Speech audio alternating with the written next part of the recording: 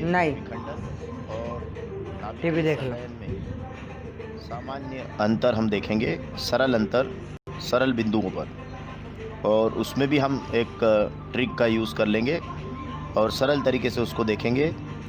Trick हमारी रहेगी एक भारी सामान्य ताप पर रेडियो नियंत्रण। तो क्या है नाभिकीय विखंडन और संलयन में अंतर?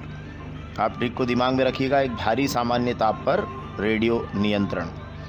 और इसमें क्या होता है कि इस तरीके से एक जो भारी परमाणु होता है वो यूरेनियम, प्लूटोनियम या थोरियम का हो सकता है, और उसके नाभिक को निम्न ऊर्जा के न्यूट्रॉन से जब हम बमबारी कराते हैं तो बमबारी कराने पर वो दो हल्के नाभिकों में तोड़ा जा सकता है। तो ये जो प्रक्रिया है इसको हम कहेंगे नाभिकीय विखंडन। तो ये इसमें हमने ये समझा कि एक भारी जो परमाणु है या नाभिक है वो दो हल्के परमाणुओं में टूट जाता है, और साथ ही इसमें ये प्रक्रिया सामान्य ताप पर संभव है। मतलब इसमें बहुत मिलियन कोटि की अति उच्च ताप की आवश्यकता नहीं है, तो हम कह सकते हैं कि सामान्य ताप पर संभव है।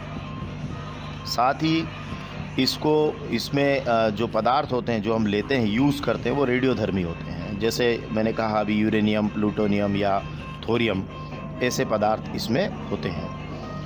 और दूसरा एक और बात रहेगी कि इसको नियंत्रित किया जा सकता है। मतलब ये है कि इसमें अगर आप नाभिकीय संयंत्र में इसको यूज़ करते हैं तो नियंत्रित दर पर आप इससे ऊर्जा ले सकते हैं, और इस मुक्त ऊर्जा का उपयोग आप भाप बनाकर विद्युत उत्पन्न करने में भी कर सकते हैं। तो जो नाभिकीय विखंडन है उसका जो कारण है वो ये है कि ये जो मूल नाभिक होता है, इस मूल नाभिक का जो द्रव्यमान है, ये जो आपको दिखाई दे रहे हैं, ये व्यष्टिगत जो उत्पाद हैं उनके द्रव्यमानों के योग से क्या होता है, ज़्यादा होता है। मतलब मूल नाभिक का द्रव्यमान ज़्यादा है और ये जो उत्पाद हैं इनका जो द्रव्यमान है उसका योग क्या है, कम है।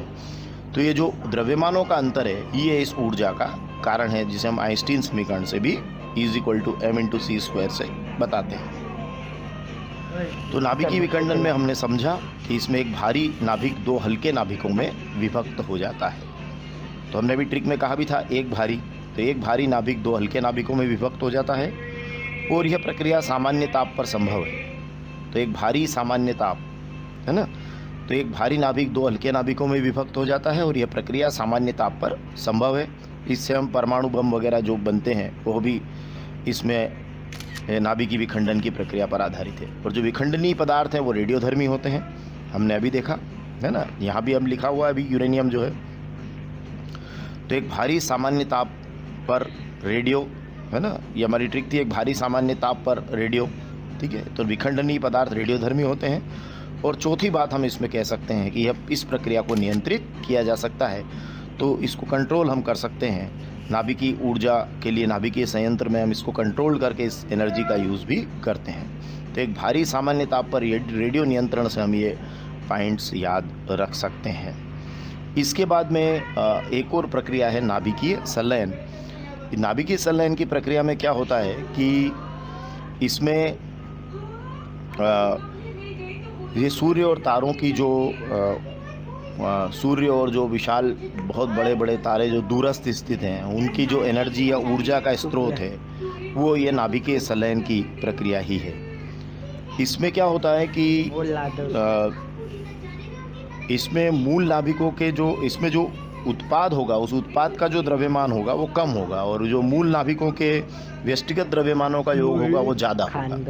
मतलब कुल मिलाकर ये इधर वाली वैल्यूज़ ज़्यादा रहती है, ये हमें ध्यान रखना है। मतलब जो मूल रूप से जो क्रिया करते हैं या मूल रूप से जो यहाँ इस तरफ होता है क्रियाकारक में, उसका द्रव्यमान ज़्यादा होता है और उत्पाद में द्रव्यमान कम होता है। यहाँ भी क्रियाकारक में ज़्यादा होगा, उत्पाद में कम होगा। लेकिन यहाँ दो हल्के नाभिक जुड़कर एक भारी नाभिक बनाएंगे और यहाँ एक भारी नाभिक टूटकर दो हल्के नाभिक बनाता है, ये इसमें फ़र्क आ जाता है। इसमें सामान्यतः हाइड्रोजन और हीलियम के जो या तो हाइड्रोजन या उसको थाली में दे दे, वो खा लेगी, खा ले तू, खा ले। हीलियम को उत्पन्न किया जाता है सामान्य रूप से नाभिक की लाला मामा खा लेना है ना। नाभिक की संलयन की प्रक्रिया को हम देख रहे हैं, एक नाभिक और ये दूसरा नाभिक, और ये इस तरीके से ये नाभिक की संलयन की प्रक्रिया में हल्के नाभिकों ने जुड़कर एक भारी नाभिक बनाया। और खा ले। इसमें ये इस प्रक्रिया के बारे में हम कह सकते हैं कि ये इसमें अति उच्च ताप की आवश्यकता होती है नाभिकों को संलयित करने में, और साथ ही इसमें जो इसको हम कह रहे हैं कि इसमें अति उच्च ताप की आवश्यकता होती है, मतलब कि अत्यधिक ऊर्जा जिसको हम कहते हैं, मतलब मिलियन कोटि केल्विन ताप और मिलियन कोटि पास्कल दाब पर ये प्रक्रिया होती है। और इसमें जो जुड़ने वाले पदार्थ, जुड़ने वाले जो नाभिक होते हैं वो रेडियोधर्मी नहीं होते, है ना। जैसे अभी हमने कहा कि हाइड्रोजन और हाइड्रोजन के समस्थानिक जुड़ेंगे और हीलियम बनाएंगे, तो वो रेडियोधर्मी नहीं। तो ये और इसको इस प्रक्रिया को कंट्रोल करना या नियंत्रित करना क्या है, कठिन है।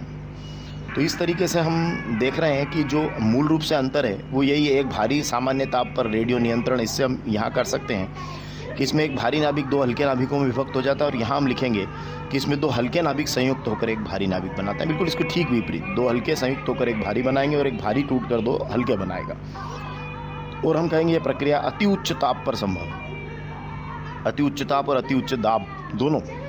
और जो विखंडनीय पदार्थ है वो, इसमें विखंडनीय पदार्थ रेडियोधर्मी होते थे, जिसमें संलयन करने वाले पदार्थ रेडियोधर्मी नहीं होते हैं। और इस प्रक्रिया को जो नियंत्रित करना बड़ा क्या है, कठिन है, बहुत कठिन है। और ये हाइड्रोजन बम इसी टेक्निक पर बेस्ड होते हैं। तो इस तरीके से नाभिकीय संलयन और विखंडन में अंतर को हम देख सकते हैं। खा लो मन छे मोहित पानी ला। जीवाश्मी ईंधन फॉसिल फ्यूल्स क्या होते हैं, आइए समझते हैं। ऊर्जा के पारंपरिक स्रोत या कहें कि कन्वेंशनल सोर्सेज ऑफ एनर्जी में जीवाश्मी ईंधन फॉसिल फ्यूल्स का बड़ा महत्वपूर्ण योगदान है।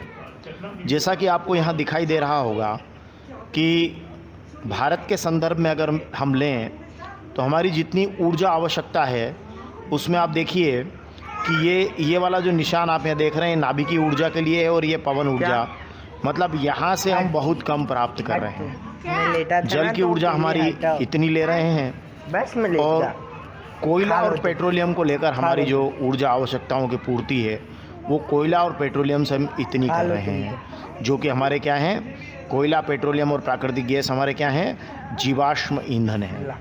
तो जीवाश्म ईंधन पर हम बहुत अधिक डिपेंड हैं, जबकि जीवाश्म ईंधन जो है वो ऊर्जा के कौन से स्रोत हैं, अनवीकरणीय हैं, नॉन रिन्यूएबल हैं।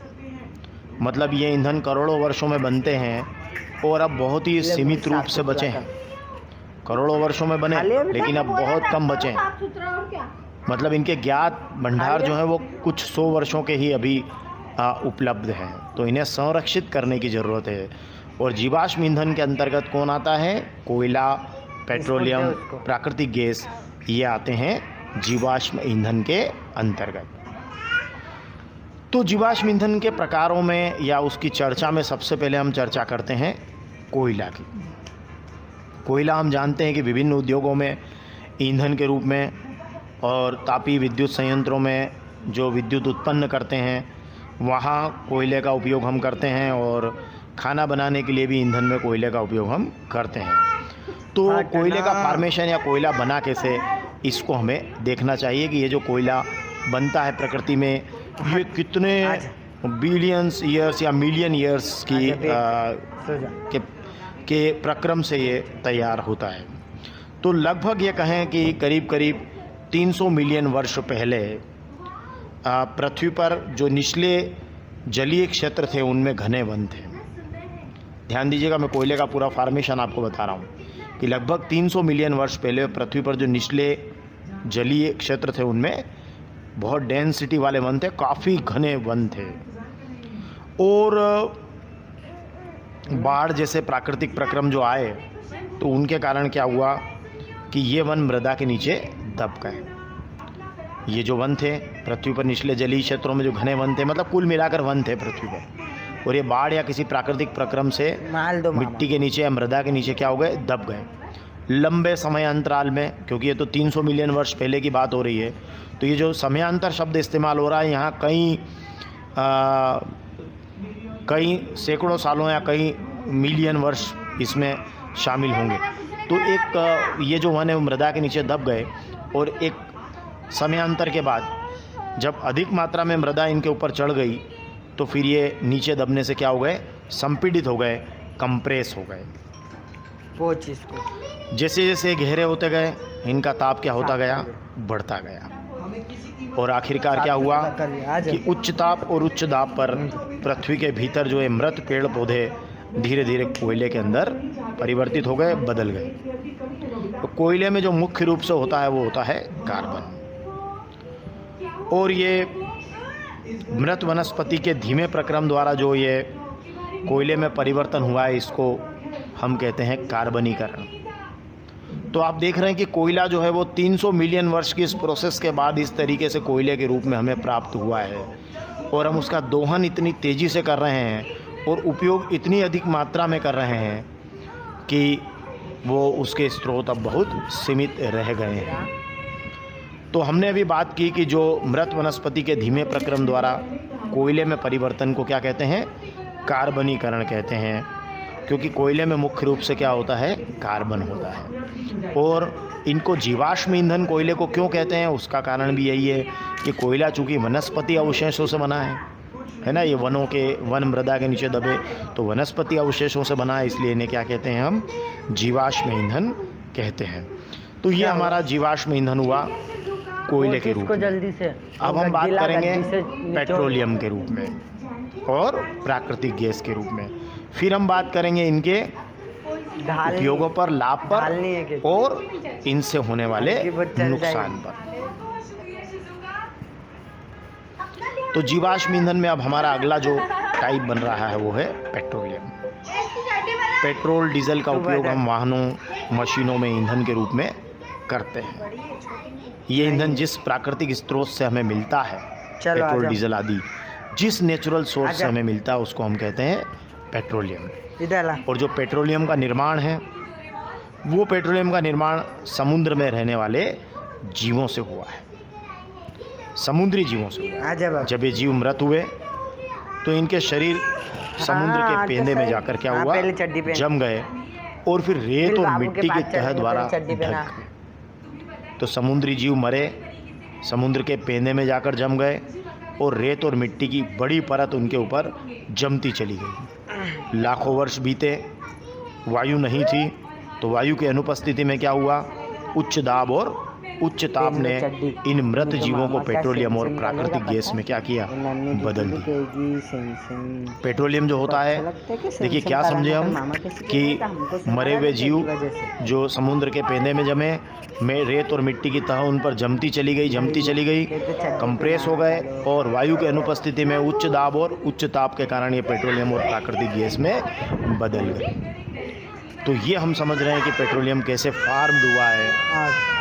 तो ये आपका जब पेट्रोलियम बन गया तो पेट्रोलियम जो है वो गहरे रंग का तेलीय द्रव होता है, और इसके संगठक हैं पेट्रोलियम गैस, जिसको हम एलपीजी भी कहते हैं, पेट्रोल, डीजल, स्नेहक तेल, मोम आदि का ये क्या है, मिश्रण होता है। और फिर बाद में इस पेट्रोलियम से क्या करते हैं कि प्रभाजी आसवन के द्वारा हम पेट्रोल, डीजल वगैरह इन सबको क्या करते हैं, अलग अलग कर लेते हैं। अच्छा बच्चा को अब एक और जीवाश्म ईंधन हमारा है प्राकृतिक गैस, जिसको हम नेचुरल गैस कहते हैं। ये बहुत महत्वपूर्ण जीवाश्म ईंधन है। इसका परिवहन पाइपों द्वारा होता है, और प्राकृतिक गैस को जब आप उच्च दाब पर संपीड़ित करते हैं तो ये सीएनजी में बदल जाता है, जिसको गैस के रूप में हम स्टोर कर लेते हैं। और इसका उपयोग मुख्य रूप से वाहनों में ईंधन के रूप में होता है, और ये कम प्रदूषणकारी स्वच्छ ईंधन है। कौन? प्राकृतिक गैस, हमारा नेचुरल गैस। तो ये जब इसको आप उच्च दाब पर संपीड़ित कर लेते हैं तो ये सीएनजी में बदल जाता है। सीएनजी का फुल फॉर्म याद रखिएगा आप, कंप्रेस्ड नेचुरल गैस, संपीड़ित प्राकृतिक गैस। तो ये इस रूप में ये बदलता है, जो हमारे लिए एक कम प्रदूषणकारी या यूँ कहें कि स्वच्छ ईंधन के रूप में आप इसको मान सकते हैं। तो चलिए अब हम बात करते हैं कि हमको जीवाश्म ईंधन के उपयोग से क्या क्या फ़ायदे हैं, या हमको क्या क्या लाभ जीवाश्म ईंधन से हमें होने वाले हैं या होते हैं। तो अब लाभ के ऊपर बात करें तो सबसे पहले तो ये क्या है कि हमने अभी देखा था चार्ट में जो कि वो एक परंपरागत ऊर्जा स्रोत के रूप में, ईंधन के रूप में उपयोग में आ रहा है। कोयला जला लेते हैं, ठीक है, एलपीजी जला रहे हैं, खाना बनाने के लिए हम उसका यूज़ कर रहे हैं, सीएनजी का उपयोग कर रहे हैं, है ना, पेट्रोल डीजल के रूप में जो है वाहनों में ईंधन के रूप में उपयोग कर रहे हैं। और एलपीजी जो हमें पता है कि ये हाइड्रोकार्बन्स का मिक्सचर है, जिसका मुख्य संगठन कौन है? संगठन ब्यूटेन है। मुख्य संगठक कौन है इसका? ब्यूटेन है। और ये आपका एलपीजी आपको पता है कि बहुत ही उपयोगी ईंधन है। तो ये जो लिक्विड पेट्रोलियम गैस इसका नहीं यूज़ करते हैं, जिससे हम खाना पकाते हैं, वो एलपीजी ही है। तो लिक्विफाइड पेट्रोलियम गैस इसका फुल फॉर्म है। लिक्विफाइड पेट्रोलियम गैस, द्रवीभूत पेट्रोलियम गैस इसका फुल फॉर्म है। और सीएनजी का फुल फॉर्म है कंप्रेस्ड नेचुरल गैस, संपीड़ित प्राकृतिक गैस। और ये है लिक्विफाइड पेट्रोलियम गैस। तो याद रखिएगा इन दोनों के नाम। और ये जीवाश्म ईंधन के उपयोग के रूप में हम दे सकते हैं कि परंपरागत ऊर्जा स्रोत के रूप में, ईंधन के रूप में, वाहनों में ईंधन के रूप में इसका हम उपयोग करते हैं। पेट्रोल आदि जो है वाहनों के रूप में उपयोग में आते हैं। फिर ये हम देखा कि एलपीजी जो है सिलेंडर जो हमारे घरों में ये यूज़ होते हैं, ये भी जीवाश्म ईंधन ही है, या जीवाश्म ईंधन का एक परिष्कृत रूप आप इसको कह सकते हैं, वो है। फिर जो थर्मल पावर प्लांट होते हैं, तापीय विद्युत संयंत्र होते हैं, उसमें आपको अगर विद्युत पैदा करना है, इलेक्ट्रिसिटी जनरेट करना है, तो वहाँ भी क्या होता है? ईंधन के रूप में इसका उपयोग होता है, जीवाश्म ईंधन का। स्पेशली कोयले का वहाँ हम उपयोग करते हैं। फिर कोयले से जो कोक है वो बनता है, जो धातु निष्कर्षण के काम में आता है विशेष रूप से। और उससे कोलतार मिलता है। कोलतार के बहुत उपयोग है ना। नेफ्थलीन की गोलियां इससे बनाई जाती है ना। संश्लेषित रंग बनाने में इसका उपयोग होता है। और कोलतार से हम छत वगैरह को रिपेयर वगैरह करते हैं। बहुत सारे उपयोग कोलतार के हमारे हैं। साथ में हम कुछ उपयोग की बात कर रहे थे कि ये जो हमारा प्राकृतिक गैस है, इसके उपयोग के बारे में अगर हम चर्चा करें तो सीएनजी के रूप में जो वाहनों में एक स्वच्छ और कम प्रदूषणकारी ईंधन के रूप में उपयोग हो सकता है। तो इस तरीके से आप जीवाश्म ईंधन के उपयोगों की सूची बनाएं तो ईंधन के रूप में, तापीय विद्युत संयंत्रों में, फिर वो जो इनके जो परिष्कृत रूप हैं, जैसे कोयले का कोक है, कोलतार है, इनके उपयोग बता सकते हैं। सीएनजी के रूप में इनका उपयोग आप अलग से बता सकते हैं, प्राकृतिक गैस के रूप में। तो इस तरीके से आप जीवाश्म ईंधन के उपयोग से लाभ बता सकते हैं। और ये आपने ये इस तरीके के सीएनजी से चलने वाले जो वाहन हैं, दिल्ली में बहुत ऑटो रिक्शाज आपने देखे होंगे इस तरीके से कंप्रेस्ड नेचुरल गैस से चलने वाले। तो चलिए अब जीवाश्म ईंधन से हम देख लेते हैं हानियाँ क्या क्या है। और जीवाश्म ईंधन की जो हानियाँ हैं वो एग्ज़ाम के पॉइंट ऑफ व्यू से बहुत इम्पॉर्टेंट भी रहेगी। तो जीवाश्म ईंधन से या फॉसिल फ्यूल से क्या क्या हानियाँ हैं, एग्ज़ाम में बहुत पूछा जाता है क्वेश्चन। तो आप इसको देखिए कि ये सबसे बड़ी बात जो जीवाश्म ईंधन की है कि वो इससे जो जीवाश्म ईंधन जो जलता है या दहन होता है इसका, तो इसमें फिर वो कार्बन, नाइट्रोजन और सल्फ़र के ऑक्साइड बनते हैं। और ये बहुत प्रकृति और पर्यावरण के लिए बहुत ज़्यादा नुकसानकारी है। तो इस तरीके से सल्फ़र डाइऑक्साइड, कार्बन डाइऑक्साइड और ये जो गैसें हैं, ये हमारे पर्यावरण और स्वास्थ्य पर बहुत बुरा प्रभाव डालती है। तो ये आपने देखा होगा चिमनियों से निकलने वाला धुआं, या हम नॉर्मली हमारे घरों में अगर हम कोयला वगैरह जलाते हैं तो उससे निकलने वाला धुआं, और इस तरीके से हमारे पर्यावरण और स्वास्थ्य पर ये सीधे सीधे बुरा प्रभाव डालते हैं। एक और तरीका है जिससे ये स्वास्थ्य पर अप्रत्यक्ष रूप से और बाद में प्रत्यक्ष रूप से प्रभाव डालते हैं, और वो तरीका कौन सा है? वो तरीका है अम्लीय वर्षा के रूप में। अम्लीय वर्षा कैसे होती है? अम्लीय वर्षा में क्या होता है कि जैसे जो जीवाश्म ईंधन का आप दहन करते हैं, तो अभी हमने बात की कि कार्बन, नाइट्रोजन और सल्फ़र के जो ऑक्साइड बनते हैं, है ना, मतलब SO2, NO2, CO2, ये जो ऑक्साइड बन रहे हैं ये ऊपरी वायुमंडल में जाते हैं। अब ऊपरी वायुमंडल में क्या होता है? वहाँ होती है जल वाष्प। कहाँ से आती है वो जल वाष्प?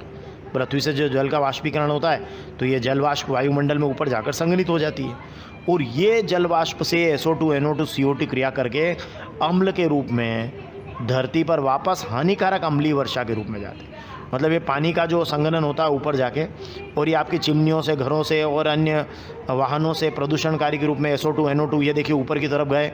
और फिर ये देखिए H2O से मिलकर उसके बाद इन्होंने देखिए H2SO4 HNO3 ये सल्फ्यूरिक अम्ल, नाइट्रिक अम्ल, ये हानिकारक अम्लीय वर्षा जो है इन्होंने इस तरीके से पृथ्वी पर कर दी है।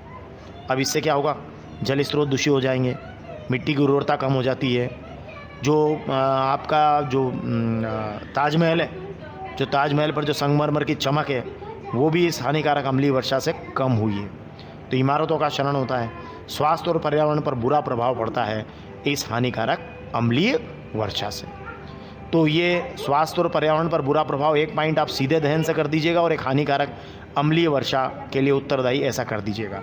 और तीसरी बात यह है कि ये ग्लोबल वार्मिंग के लिए भी उत्तरदायी है। जब जीवाश्म ईंधन का दहन होता है तो वैश्विक तापमान में वृद्धि होती है। तो वृद्धि होने से क्या होता है कि हमारा जो पारितंत्र है, इकोसिस्टम है, बुरी तरह से क्या होता है, प्रभावित होता है। तो आप ये 3 बातें जीवाश्म ईंधन से हानियों में मुख्य रूप से लिख दीजिएगा। स्वास्थ्य एवं पर्यावरण पर बुरा प्रभाव, हानिकारक अम्लीय वर्षा के लिए उत्तरदायी और ग्लोबल वार्मिंग के लिए उत्तरदायी। और एक 2 लाइन इनके बारे में आप अवश्य लिखिएगा। फिर एक आपकी NCERT में क्वेश्चन है कि ऊर्जा स्रोत के रूप में जीवाश्म ईंधन और सूर्य की तुलना कीजिए। अब सूर्य तो ऊर्जा का अक्षय स्रोत है, जीवाश्म ईंधन तो अब घटते हुए ऊर्जा के स्रोत हैं।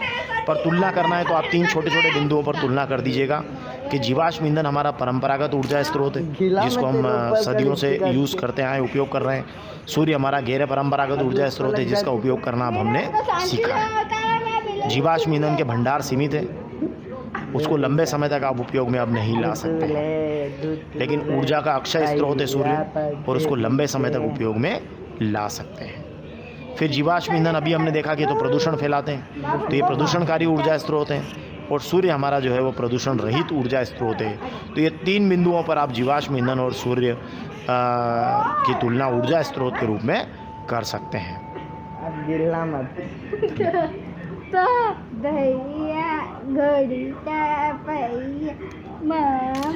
हम चर्चा करेंगे जल विद्युत संयंत्र अर्थात हाइड्रो पावर प्लांट पर, और ये किस तरीके से जल विद्युत का उत्पादन करता है या हाइडल इलेक्ट्रिसिटी हमें इससे प्राप्त होती है, इस पर हम बात करेंगे। जल विद्युत संयंत्र क्या होता है इसमें? हमें पता है कि जो भारत में जितनी भी विद्युत ऊर्जा की जो आपूर्ति है, उस कुल आपूर्ति को अगर हम देखें तो उस कुल आपूर्ति का 25% अर्थात 1/4 भाग जल से ऊर्जा के द्वारा मिल रहा है, और 75% अन्य स्रोतों से प्राप्त हो रहा है। मतलब भारत में विद्युत ऊर्जा की आपूर्ति में जल से ऊर्जा का बहुत बड़ा योगदान है, और ये संभव होता है जल विद्युत संयंत्र द्वारा। होता क्या है कि आपने सुना होगा सरदार सरोवर बांध, टिहरी बांध आदि के बारे में। तो बड़े बड़े ऊंचे जो है बांध बनाए जाते हैं, और क्या किया जाता है, नदियों के बहाव को रोका जाता है, और रोककर बड़े जलाशयों के रूप में या कृत्रिम झीलों के रूप में पानी को ऊंचाई पर इकट्ठा किया जाता है। तो इस तरीके से इस बांध के पिछले हिस्से की तरफ विशाल जल मात्रा मौजूद होती है, जो जलाशय या कृत्रिम झील के रूप में होती है। और वो किसके कारण होती है? बड़े बड़े ऊंचे बांध बनाए जाने के कारण होती है। अब इन जलाशयों में जब जल भर जाता है तो जल का तल या वाटर लेवल क्या होता है? ऊंचा हो जाता है, और फिर ये जो जल है इसको ऊपर से नीचे की तरफ ऊंचाई से गिराया जाता है। तो जब इसको ऊंचाई से इस तरीके से गिराया जाता है तो ये जो टरबाइन है इसके ये ब्लेड्स क्या होते हैं? घूमने लगते हैं, और टरबाइन के ब्लेड्स के घूमने से जो यांत्रिक ऊर्जा होती है वो यांत्रिक ऊर्जा जनित्र के द्वारा विद्युत ऊर्जा में बदल दी जाती है, जिसे हम पावर लाइन के बेचा में झूला द्वारा फिर देगा। बाद में प्राप्त कर लेते हैं। तो ये हमारा जल विद्युत संयंत्र है, और इसमें ये जो पानी है ये टरबाइन के ब्लेड्स पर जब गिरता है तो यहाँ आपको यांत्रिक ऊर्जा मिल गई, और जनरेटर क्या करेगा, इस यांत्रिक ऊर्जा को विद्युत ऊर्जा में बदल देगा। दुतुले भैया आइए इसको और पतली के विस्तार से समझते हैं। दत्ता भैया घोड़ी का पहिया मामा होता क्या है? गाड़ किधर लुढ़की होता ये है आगे पीछे कि दाएं आपने बड़े बड़े बाएं बांधों पर सामने लुढ़की नदियों के बहाव को रोका, जलाशय या कृत्रिम झीलें बनाई, बूम और वे ऊंचाई पर हैं। ऊंचे ऊंचे बांध आपने तैयार किए। जब जलाशय में जल भर जाता है तो जल का लेवल या वाटर लेवल क्या हो जाए, सो जाओ ऊंचा हो देख लो। जाता है, ऊपर चला जाता है। तो पानी का तल चला गया ऊपर। हम जानते हैं कि वस्तु को ऊंचाई तक उठाने में उसकी गुरुत्वीय स्थितिज ऊर्जा में क्या होती है, वृद्धि होती है। तो यहाँ स्पष्ट रूप से हम समझ गए कि पानी को जब हमने ऊंचाई पर उठाया तो यहाँ ये पानी के अंदर गुरुत्वीय स्थितिज ऊर्जा आ गई है या विद्यमान हो गई है। कारण क्या है कि जब भी हम किसी वस्तु को ऊंचाई तक उठाते हैं तो हमको गुरुत्व बल के विरुद्ध कार्य करना पड़ता है। तो जब आप इस पानी को ऊंचाई पर ले गए तो आपको गुरुत्व बल के विरुद्ध कार्य करना पड़ा, और जो आप कार्य करते हैं वो वस्तु में गुरुत्वीय स्थितिज ऊर्जा के रूप में आ जाता है। तो यहाँ जल में ये गुरुत्वीय स्थितिज ऊर्जा विद्यमान होती है ऊंचाई के ऊपर। तो इसीलिए बड़े बड़े ऊंचे बांध बनाए जाते हैं, और उसमें जलाशयों के रूप में या हम कहें जल संरचनाओं के रूप में, विशाल जल संरचनाओं के रूप में पानी को इकट्ठा किया जाता है, और उस पानी के अंदर गुरुत्वीय स्थितिज ऊर्जा विद्यमान होती है। अब क्या होता है, अब हम क्या करते हैं कि इस पानी को ऊंचाई से नीचे की ओर क्या करते हैं, गिराते हैं। तो जब आप इसको ऊंचाई से ये पाइप्स के द्वारा जल को ऊपर से नीचे की ओर गिराते हैं तो फिर क्या होता है, जब आप इसको नीचे गिराते हैं तो ये जो टरबाइन है, जाओ खेल लो। इसके ब्लेड्स पर आप इसको गिराते हैं। तो जब आप टरबाइन के ब्लेड्स पर इसको गिराते हैं तो ब्लेड जो है वो घूर्णी गति करने लगते हैं, रोटेशनल मोशन करने लगते हैं, और यहाँ जनित्र के द्वारा अंततः हमें क्या होता है, विद्युत उत्पादन हो जाता है या विद्युत प्राप्त हो जाती है। एग्ज़ाम के पॉइंट ऑफ व्यू से कक्षा 9वीं के स्टूडेंट्स को इतना लिखना और ये चित्र बनाना पर्याप्त होगा। अब मैं आपको इसका स्टेप्स बताता हूँ पूरी। उसके पहले एक महत्वपूर्ण बात समझ लीजिए कि ये जो जल विद्युत ऊर्जा है ये एक नवीकरणीय ऊर्जा स्रोत है। आप अनवीकरणीय और नवीकरणीय में जब आप डिफरेंस करें तो ध्यान रखिएगा कि जो जल विद्युत ऊर्जा है वो एक नवीकरणीय ऊर्जा स्रोत है। कारण क्योंकि हर बार जब बारिश होगी जलाशय भर जाएंगे और विद्युत का उत्पादन होगा। तो ये तो हर बार विद्युत का उत्पादन हो सकेगा क्योंकि बारिश होती रहेगी, जलाशय भरते रहेंगे, विद्युत का उत्पादन होता रहेगा। तो ये किसी भी तरीके से अनवीकरणीय नहीं है, क्योंकि अनवीकरणीय कैसा मतलब जीवाश्म ईंधन की तरह नहीं है कि ये इनके समाप्त होने की कोई संभावना है। तो ये कैसे स्रोत हैं, ऊर्जा स्रोत हैं, नवीकरणीय ऊर्जा स्रोत है। चलिए मैं स्टेप्स की बात कर रहा था। तो हमने पानी को ऊपर बांध पर क्या किया, एकत्र किया, खेल लो जाओ। कि ये जो इसको पानी को जो ऊंचाई पर ले जाने में किया गया कार्य है वो उसमें किस रूप में आ जाता है, गुरुत्वीय स्थितिज ऊर्जा के रूप में आ जाता है। ये बात हमने कही। तो यहाँ पानी में क्या है, गुरुत्वीय स्थितिज ऊर्जा। ये समझ लीजिए, ये जो जल यहाँ है इसमें कौन सी ऊर्जा है, गुरुत्वीय स्थितिज ऊर्जा। अब जल का पाठ खोला आपने, जल का पाठ खोलकर पानी को ऊपर से कहाँ गिराया, नीचे की तरफ गिराया। तो जब ये पानी ऊपर से नीचे की तरफ आता है तो ये जो गुरुत्वीय स्थितिज ऊर्जा है ये लगातार कन्वर्ट होती जाती है किसमें, गतिज ऊर्जा में।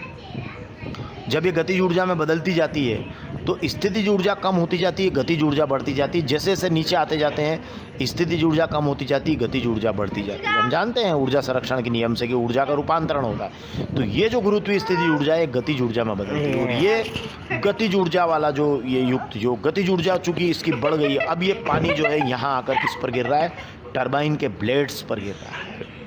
तो ये टरबाइन के ब्लेड्स को क्या करेगा, तेजी से घूर्णी गति कराएगा, तेजी से घुमाएगा। मतलब अब आपकी गतिज ऊर्जा किस में बदल गई, यांत्रिक ऊर्जा में बदल गई। किस में बदल गई गतिज ऊर्जा, यांत्रिक ऊर्जा में बदल गई। मतलब जब आप इस टरबाइन के ब्लेड्स के ऊपर क्या हुआ, ये पानी की तेज़ धारा आकर गिरी तो ये टरबाइन के ब्लेड्स क्या हुए, घूमने लगे। मतलब इसमें क्या आ गई, अब यांत्रिक ऊर्जा आ गई। तो आपकी जो गतिज ऊर्जा है वो यांत्रिक ऊर्जा में अब कन्वर्ट हो गई। और फिर क्या हुआ, ये जो जनरेटर या जनित्र है, ये जनरेटर या जनित्र क्या करेगा, इस यांत्रिक ऊर्जा को विद्युत ऊर्जा में बदल देगा। क्योंकि हमें पता है कि जो जनित्र है वो यांत्रिक ऊर्जा को किस में बदलता है, विद्युत ऊर्जा में बदलता है। तो ये जनरेटर या जनित्र यांत्रिक ऊर्जा को विद्युत ऊर्जा में बदल देता है, जिसे हम प्राप्त कर लेते हैं। तो इस प्रकार जल विद्युत संयंत्र से हम क्या करते हैं, स्थितिज ऊर्जा, गतिज ऊर्जा, यांत्रिक ऊर्जा और अंततः हम प्राप्त कर लेते हैं विद्युत ऊर्जा। अब एक सबसे बड़ी महत्वपूर्ण बात यह है कि इसको लेकर कई तरह के जो जल विद्युत का उत्पादन होता है तो बड़े बड़े बांध बनाए जाते हैं। तो इन बांधों को लेकर कई तरह की समस्याएं भी हैं। जैसे गंगा नदी पर बना हुआ टिहरी बांध या नर्मदा पर बना हुआ सरदार सरोवर बांध, इसको लेकर पुनर्वास और क्षतिपूर्ति को लेकर कई तरह के विवाद बने हुए हैं। वास्तव में होता क्या है कि जब आप ऊंचे ऊंचे बांध बनाते हैं तो क्या होता है, कृषि योग्य भूमि और मानव आवास डूब जाते हैं। मतलब आपकी जो खेती की ज़मीन है वो लोगों के घर वो आते हैं डूब के अंदर, और बांध में डूब जाते हैं बड़े बड़े इकोसिस्टम, पारितंत्र, वे भी डूब जाते हैं। जो पशु पक्षियों के आवास हैं, इकोसिस्टम जिसको हम कह रहे हैं, जिसमें हम रहते हैं, हमारे आसपास का पूरा जो पारितंत्र है वो नष्ट हो जाता है, जो बांध के आसपास का पारितंत्र होगा। और फिर क्या होता है, जो जल में डूबे हुए, यहाँ जो जल रहता है इसमें जो डूबे हुए पेड़ पौधे या वनस्पति है, उनमें भी क्या होता है, वो अवायवीय परिस्थितियों के अंदर क्या होता है, उनमें सड़न होती है और विशाल मात्रा में मीथेन गैस बनती है। ये भी एक ग्रीन हाउस गैस है। तो इस तरीके से क्या होता है कि पर्यावरण को ये बहुत अधिक मात्रा में क्षति पहुंचाते हैं और पुनर्वास संबंधी समस्याएं भी इसको लेकर आई है। परंतु हम कह सकते हैं कि कुछ सीमित पर्वतीय क्षेत्रों में इसका निर्माण बहुत अच्छा हो सकता है। और जल विद्युत का जो उत्पादन है वो एक नवीकरणीय ऊर्जा स्रोत है, हमारी आवश्यकताओं की पूर्ति को करने वाला। टाटा मार दे मामा को। वंशिका